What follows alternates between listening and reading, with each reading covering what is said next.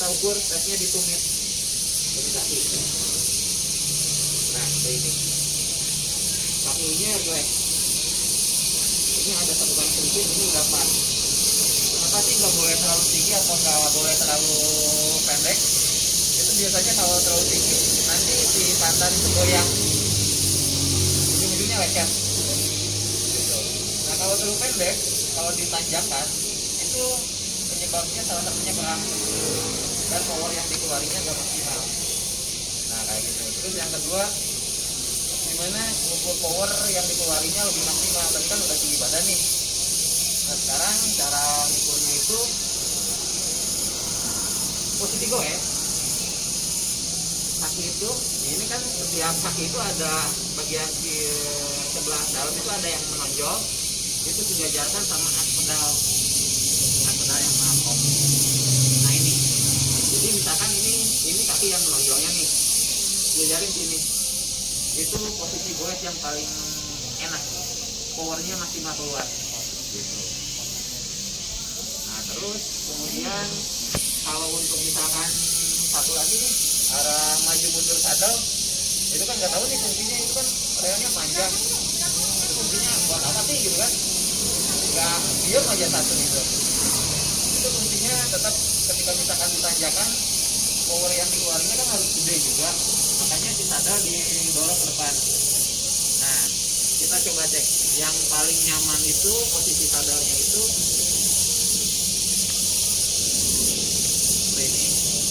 ini lewat apa ya, untuk fitting manualnya seperti ini. Tapi kalau untuk pakai alat yang teknologi terbaru, dia otomatis sendiri, ngatur sendiri.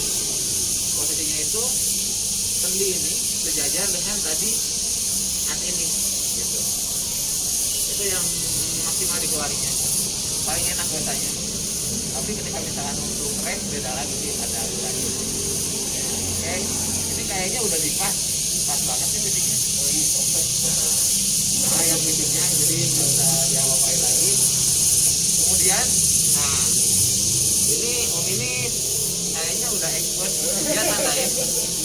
Jadi kan tadi udah pas nih si tinggi sipotnya, dia tandain. Jadi ketika gue tidak repot, aduh mana sih gitu kan tandanya. Sebetulnya di sini ada ukuran nomor, tapi tetap aja lupa, saya juga seperti itu sih. Gitu. Nah kemudian apa lagi ya? Sekarang boleh ini posisi slip tangan. Jadi kalau untuk geometri tentang itu posisinya si rem itu nggak boleh kayak gini, nggak boleh terlalu kayak gini. Nanti efeknya itu kalau misalkan ada benturan, kalau ini bisa kecengklang, begitu pun kebalikannya. Jadi harus sejajar anatomi tubuhnya kan seperti ini. Jadi antara rem sama sini juga harus sejajar, itu lebih enak.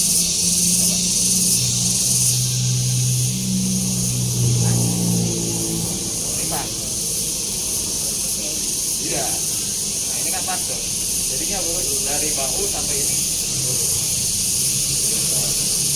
Terus kemudian apa lagi ya? Sampai sini juga ada yang bertanya. Banyak mari ingin bertanya. Oh enggak. Jelas nggak? Ada yang belum jelas kan? Coba apa yang mau ditanya?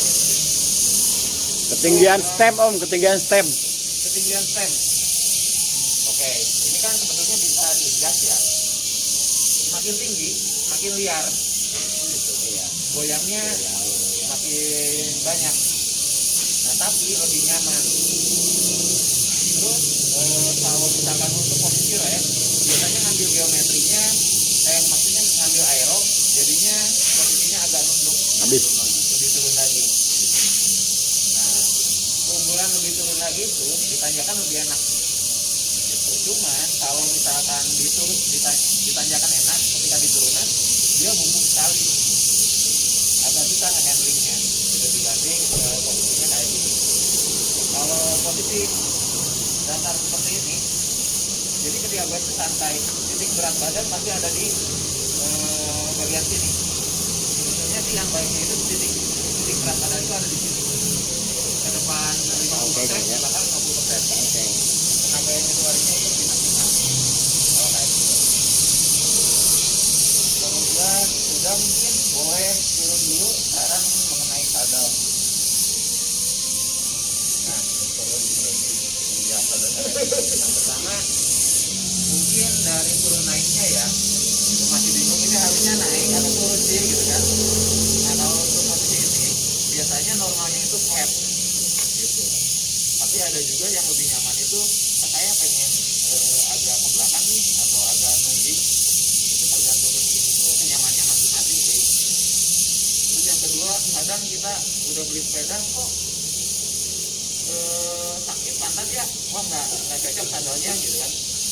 Nah itu sebetulnya apa ya, bukan salah sandal sih, sekalipun beli sandal yang harga 5 juta atau 7 juta misalkan bahannya karbon atau tebal, itu yang pertama itu yang berpengaruhnya itu lebar dari sandal tersebut. Diukurnya itu dari tulang pantat, ada alat ukurnya, misalkan tulang pantatnya lebarnya sama, nanti masukin sini disamain lebarnya pasnya berapa, baru itu yang nyaman. Sekarang banyak orang yang kecenderungan salah itu ketika udah sakit ditambahin cover jok yang empuk gitu. Karena kalau dibawa lama lecet, panas juga. Kalau untuk sampai sini ada yang bertanya lagi? Ya, saya suka pakai itu ya. Kalau di nanjak suka apa? Jek di depannya saja. Nah kalau itu teknik sepeda, maaf sih. Kalau pro action itu kan basicnya sepeda lipat.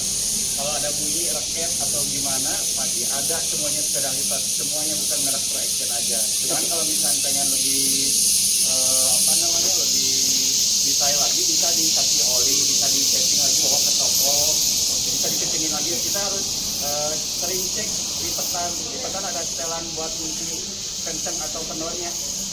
Kalau misalkan aduh ada terket atau gimana, lagi ke toko, nanti kita settingin, bantu sama saya atau Malik, kita setting ulang. Itu lipatannya kan ada ukuran keras atau enggaknya, kita setting, kita bantu. Berapa biaya settingnya? Kalau buat komunitas projection kita kasih free. Mantap.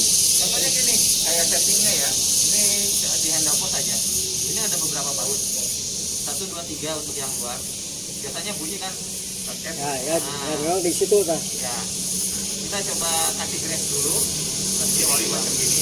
Nah ini masih ada nih. Dikencengin, kasih oli, ini setting lagi. Biasanya untuk kunci ini tuh ada torsinya masing-masing. Gitu. Kita pakai torsi biar nggak terlalu kencang atau nggak terlalu longgar.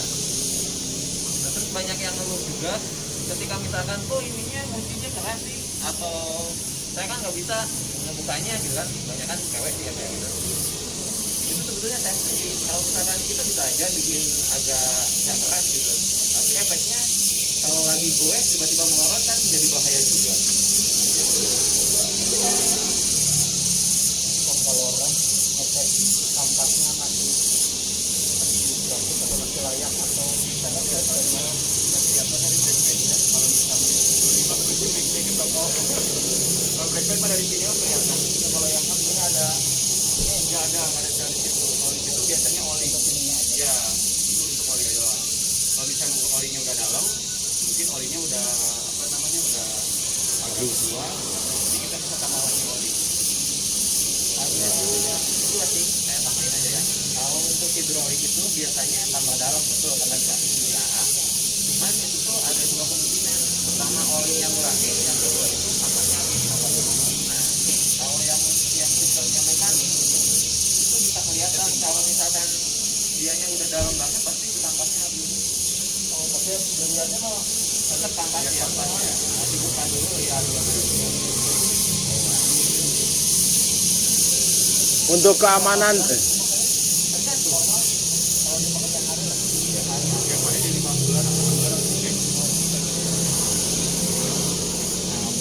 untuk saran ini tekanan ban, karena kan saya pakai di kabupaten ya, mungkin jalan tuh nggak semua yang kita harapkan rata ya. Tekanan ban kira-kira berapa untuk optimal dan supaya awet di setnya? Ada dua nih ya, ada yang 11 in, ada yang 22 in. Coba 16 atau 20, tekanan itu 60.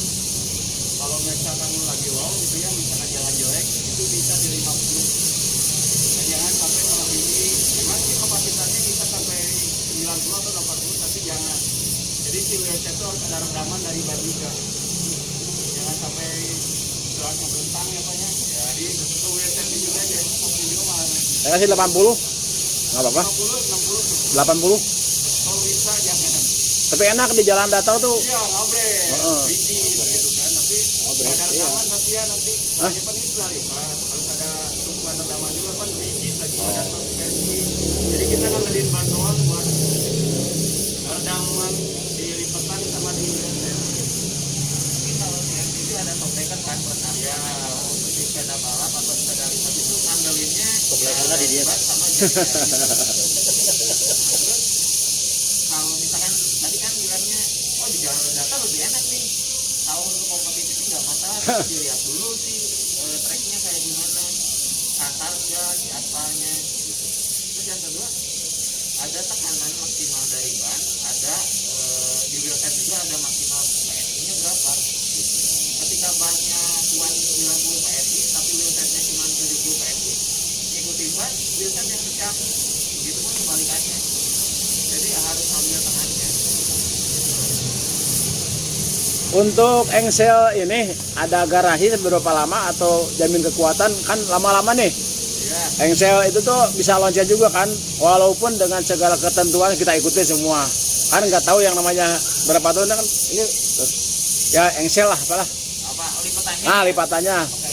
Nah itu sampai berapa lama kita misalkan ini tiba-tiba ada longgar nih. Nah sebagai distribusi atau distributor ada garansi atau sampai kapan tuh kira-kira? Kita menyediakan part, garansi tetap ada 2 tahun itu, tapi lewat dari itu kita sediain partnya.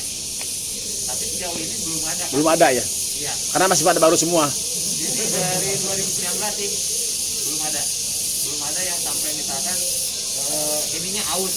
Kecuali kalau yang steel ya, yang bahannya besi itu pasti aus. Jadi jangka panjang juga ya, sampai tua, sampai nenek kakek ini. Awet.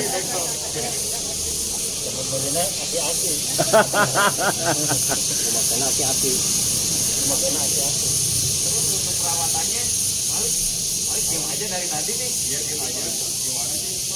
Kalau Capek goesnya capek. untuk perawatan nih, perawatan sepeda yang mungkin masih bingung gimana merawatnya, Masih bisa dihandle di rumah sendiri bisa gitu kan, biayain aja chain dulu atau pelumas rantai, selalu lihat posisi rantai bersih atau enggak. Mungkin kalau misalkan kalau kotor itu membawa pasir, itu yang bikin aus rantai, sprocket atau chain ring. Jadi kalau bisa rantai selalu bersih, kalau pasang rantai kayaknya enggak kotor-kotor amat ya bisa sama body lagi.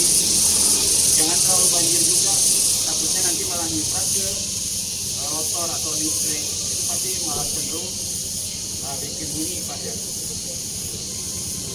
Kalau saya pakai bimoli enak. Oke, itu jadi bau balap-balap Pak. Sekarang juga enak pakai bimoli, murah lagi, bisa nyuri di dapur. Boleh. kita sih itu juga minyak kan pelumas. SAE 10 lah SAE-nya. Nah, dampak misalkan si motor udah tebal, itu selain rusak sprocket, rantainya cepet aus, yang paling dasar itu shiftingnya jadi nggak normal karena keganjal sama kotoran. Terus yang kedua perawatannya apa lagi? Ya bisa cuci bersih di rantai pakai sabun kayak sabun piring gitu lah, yang light itu bagus. Soalnya bisa langsung turun minyak-minyaknya yang kotor-kotornya. Kalau pakai bensin kalau bisa jangan, karena kalau pakai bensin rata-rata kena ban ya, takut malah tumbang bannya atau malah cetak. Oh ya, tadi sempat diceritain jangan sampai kena motor atau daerah rem ini dulu, si chain loop atau perminyakan duniawi lah pokoknya. Nanti efeknya itu jadi licin. Terus yang lebih parah, si minyaknya masuk ke kampas rem, ujungnya bunyi, dan itu susah dibenerin. Itu harus ganti. Biasanya ya risih banget lah ketika lagi jalan terus ngerem bunyi. Itu sih yang paling di apa ya harus diperhatiin. Banyak kasus yang kayak gitu. Nanti ketika misalkan coba kalau pasnya ganti udah diganti masih bunyi, motornya diganti juga masih bunyi, ya tetap jadinya harus satu set gitu. Tadi di jalan ngobrol-ngobrol sama Om Angga ya. Nah, saya pakai yang ini kan Torsen yang Eagle ya. Tadi ngebandingin sama Om Angga yang mana tadi sepedanya. Wah, kata saya nih bagus nih, merah apa? Hubnya. Heeh. Berapa Om katanya? Bawaannya katanya. Ya kan pakai yang hitam. Menurut Om Angga tadi jawab bagusan yang hitam katanya. Tadi kan hubnya. Emang bener itu bedanya apa? Kira-kira begitu aja. Beda warna aja. Warna Om ternyata sama, nggak ada yang beda. Semuanya sama, cuman beda warna. Kalau edisi mungkin yang Om Angga itu edisi yang terbaru. Jadi di pokoknya edisi terbaru pasti akan warna dari hub. Kalau nggak ada polet-polet tipis dari frame. Kira itu lebih mahal atau lebih ser gitu? Bodi terbaru. Oh, sama aja berarti ya. Nggak usah ganti Om. Om Angga, nggak usah ganti. Tadinya mau ganti kan? Nggak usah, sama.